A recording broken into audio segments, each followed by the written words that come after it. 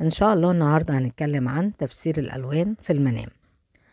الألوان في المنام الأساسيات بتاعتها اللون الأبيض واللون الأسود، وطبعا باقي الألوان. هنتكلم الأول على اللون الأبيض.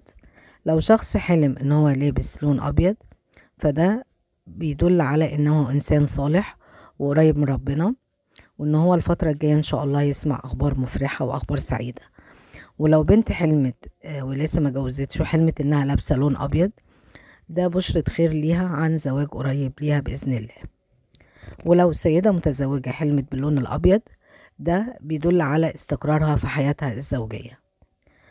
لو حد بقى حلم ان هو لابس لون اسود ومبسوط باللون الاسود اللي هو لابسه، فده بشرة خير على ان هو يبقى الفترة الجاية هيبقى له سلطة عالية وترقي في العمل، وهيبقى له شأن عالي بإذن الله. ولو بنت حلمت انها لابسة اسود وهي مبسوطة باللون دوت، فده بيدل على شخصيتها القوية واستقلالها بحياتها، ان هي انسانة معتمدة على نفسها. لكن مش حلو بقى في الالوان اللون الاصفر. اللون الاصفر بيدل على الفترة اللي جاية. مثلا لو حد حلم باللون الاصفر هيبقى فيه تعب او مرض، فيكون الانسان على حذر. طبعا المرض بايد ربنا، يا رب ما يجيبش حاجة وحشة لحد ويشفي كل مريض.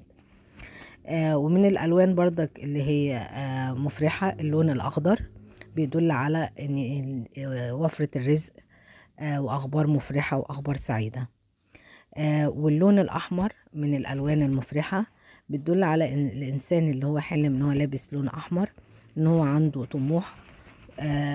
فدي بشرة خير ان شاء الله ان هو ربنا يحقق له طموحه.